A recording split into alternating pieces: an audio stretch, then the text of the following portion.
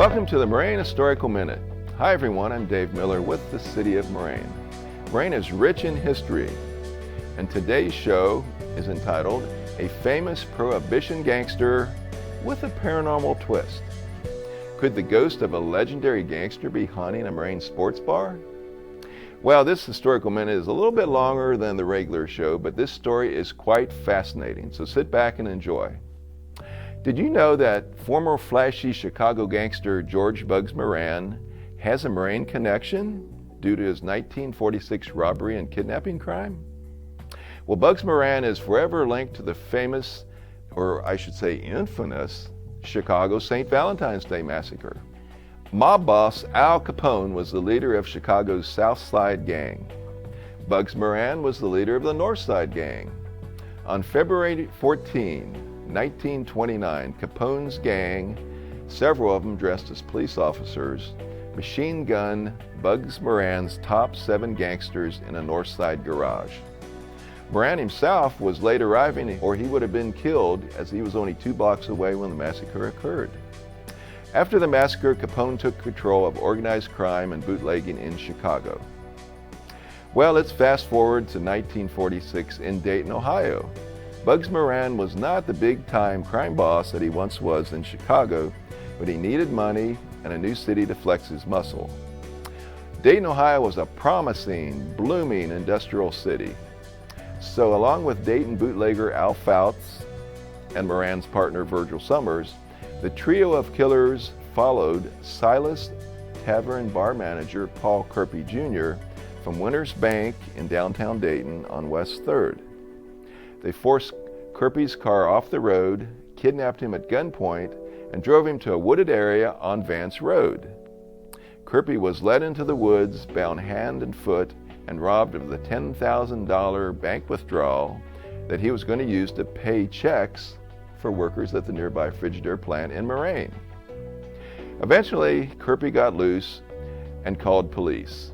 Within 2 weeks, all 3 criminals were apprehended by the Dayton police and the FBI, with their trial being a big media sensation in Dayton.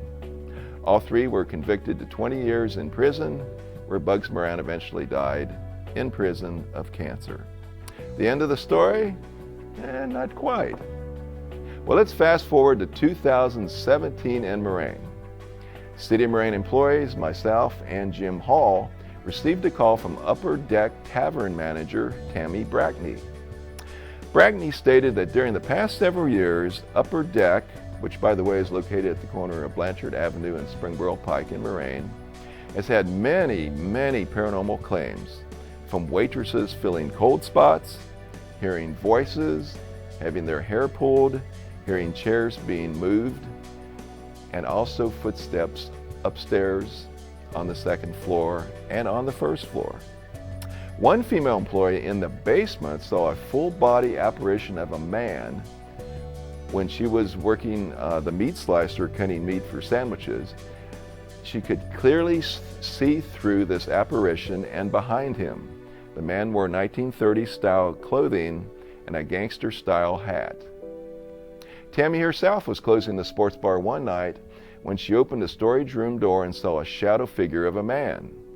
Since the building was just locked at the time, a search revealed no other person in the bar. Brackney speculated that perhaps the ghost may be Roy Rogers, not the famous cowboy TV star and movie star, but a patron who was killed in a homicide at the bar in the late 1960s, or maybe it was a deceased man who once rented an apartment upstairs. So we were notified, and during historical research, I spoke with retired Moraine police officers and detectives who had worked the Rogers homicide case and found an incredible fact. Upper Deck Tavern, which is what it is called today, had several different prior names through the years. It was called John Bull's Restaurant and Sports Bar. It was once called the Lighthouse, and long ago in the 1940s, it was called Silas Tavern. So I had just uncovered the fact that Paul Kirby Jr., the robbed bar manager, robbed by Bugs Moran and his gang, was the manager of Silas Tavern in Moraine in the same building 60 years ago. So, could the gangster-looking apparition in the basement by the meat slicer be the ghost of Bugs Moran, who pulled his last big robbery heist 71 years earlier on the manager of this Moraine bar? So, Jimmy Hall, me, Tammy Brackney, and local ghost hunter Corinne Bell from Moraine did a night ghost hunt investigation at Upper Deck on October 4th, 2017. Around 2 a.m., a loud slam was heard near the kitchen entrance. Upon investigation, both swinging doors were latched open and could not have made that slamming sound. Hall caught several elevated EMF readings on the first floor, but we debunked those as excessive wiring. The investigators, along with local TV personality and writer Jim Booker and his two-man crew, did a second investigation live on Facebook a couple weeks later on October 18th. Tape recorders caught second floor doors being opened and closed while investigators were in the basement. Future investigations will be conducted by our group.